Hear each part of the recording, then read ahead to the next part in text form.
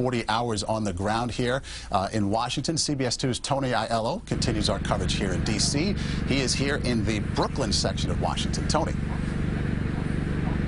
Maurice, they call this part of Washington Little Rome because there are so many Catholic institutions with a presence here, including the Franciscan Friars of the Atonement.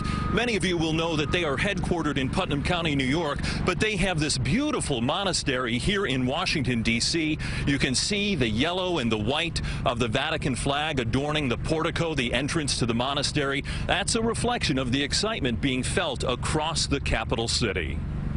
At St. Anthony School in the Brookland section of Washington, they are ready to get the papal party started and even made their own Pope Francis hats. I would say I like him and I would want to talk to him sometime. I would say I love him and I would say, bring me more toys, please. He's the Pope, not Santa Claus. In fact, many here do consider Francis something of a living saint and a great role model as they work to educate minds and build character. So to see Pope Francis and to hear him so dedicated to the poor and the vulnerable, this is all the social principles that we're teaching our children, so it's great to see it in our leader. About 20 students will be up early Wednesday to greet Francis as he leaves his D.C. home base, the Vatican Embassy. Others have been invited to Thursday's historic speech to the joint session of Congress.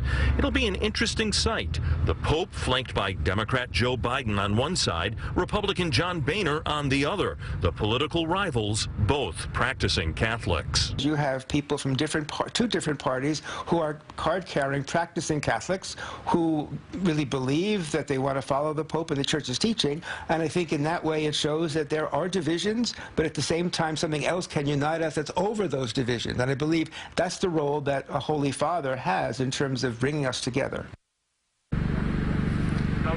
Back live at the Franciscan Monastery, people gathered inside, lots of people, to watch the Pope's arrival on a big screen TV. You should have heard the cheers when Shepherd 1 landed.